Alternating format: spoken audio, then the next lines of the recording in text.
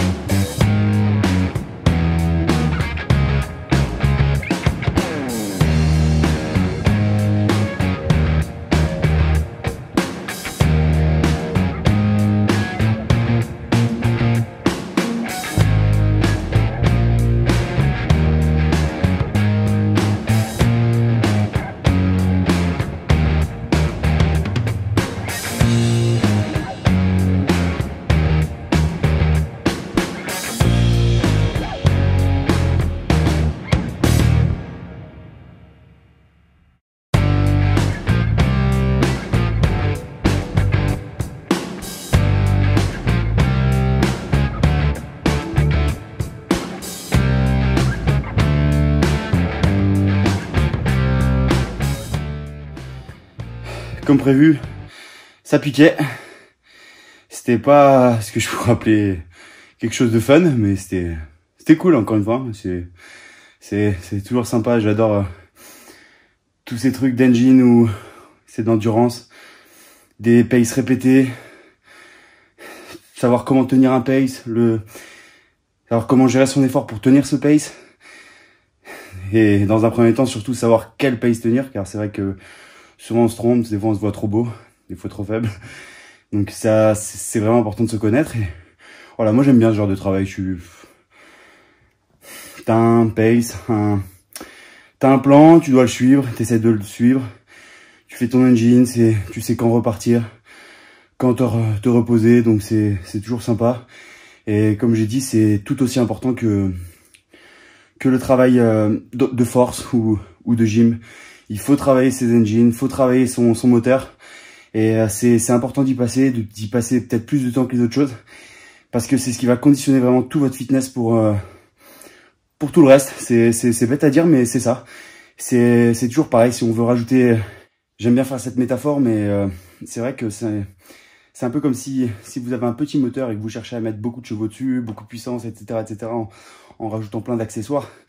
Et bah, en fait, au bout d'un moment, votre moteur, il va exploser. C'est simple, hein. Si une Twingo, le moteur, vous le faites aller à 300, 400 km/h, au bout d'un moment, c'est pas prévu pour, ça explose. Et ben, c'est le même principe pour votre engine, votre moteur, le moteur de votre corps.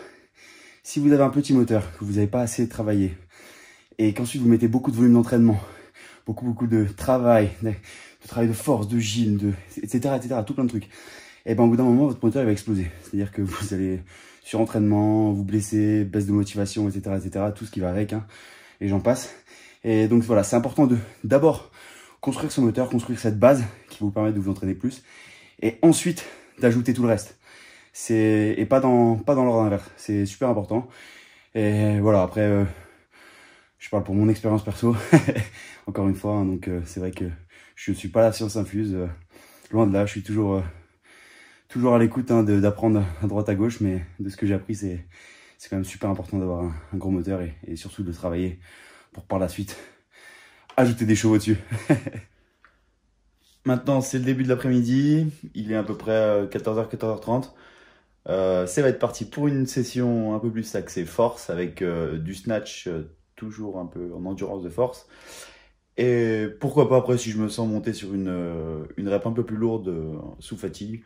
Et après une séance de back squat parce qu'il faut passer par du squat, hein, c'est important. Moi le premier, je suis pas trop fan, mais il faut passer par là. Et juste après, du coup, un petit WOD sous type DEMOM assez cardio avec chaque minute un nombre de chest to bar et un nombre de strict HSPU, en espérant qu'il pleuve pas dehors à ce moment-là. Sinon, ça va être compliqué, mais il faudra le faire quand même. Je suis prêt à snatcher en buvant mes petits BCA BNN. Et allez, c'est parti.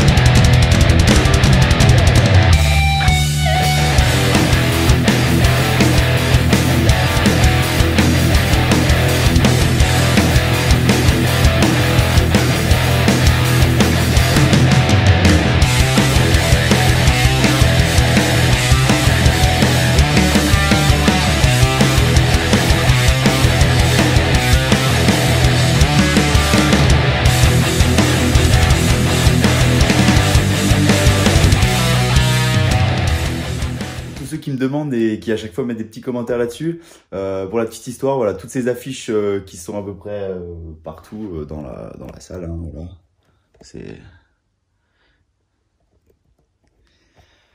C'est des affiches qui datent il y a plus de 25 ans, quand mon père a créé cet endroit pour, à la base, c'était sa salle de musculation à lui, où il s'entraînait avec les copains. D'ailleurs, il s'entraîne toujours, mais du coup, je lui ai créé un petit espace un peu plus sympa avec du matos un peu plus récent pour qu'il bouge toujours. À l'époque, il avait un de ses bons potes qui travaillait au cinéma et qui, du coup, lui a donné toutes ces affiches qui servaient d'affiches pour annoncer les films présents en salle. Et donc voilà, il y en a certaines que j'ai gardées parce que je trouvais ça assez marrant et assez old school, donc c'est assez sympa. Et certaines sont vraiment collector, hein, comme celle de Terminator 2. Et voilà, c'était pour la petite histoire. Et maintenant, du coup, comme je l'ai délogé de cet espace où on peut vraiment dropper, donc c'est parce que c'est dans l'autre espace, c'est du carrelage, donc on peut pas dropper. Donc c'est pour ça que je me sers vraiment de cet espace pour dropper. Et l'endroit où il y a toutes les machines cardio, c'est un espace où dessous c'est du carrelage, donc faut mieux éviter de dropper. Mais il est bien au fond, il a son petit espace avec du matos tout beau tout neuf.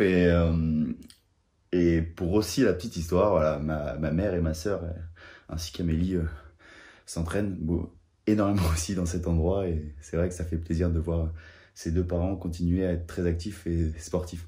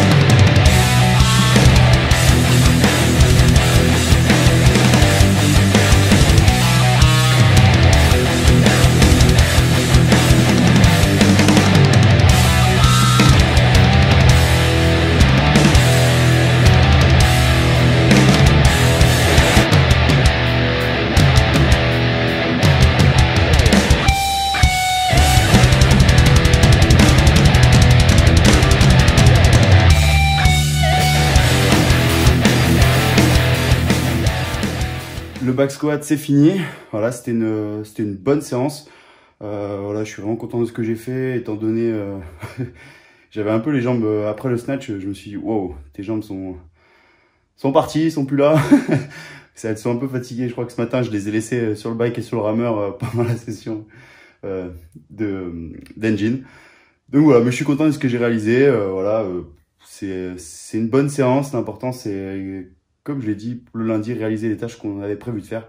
Donc voilà, je suis assez content. J'avais prévu 3 x 5 à 170 et 1 x 5 à 180. Je l'ai fait, voilà. Donc je suis assez content, étant donné en plus que je l'ai fait relativement rapidement. Quand je dis rapidement, c'est-à-dire pas trop de temps de pause en haut. Et surtout sans ceinture. Voilà, pour ceux qui me demandent, c'est vrai que je squatte maintenant sans ceinture, aussi bien en back squat qu'au front squat.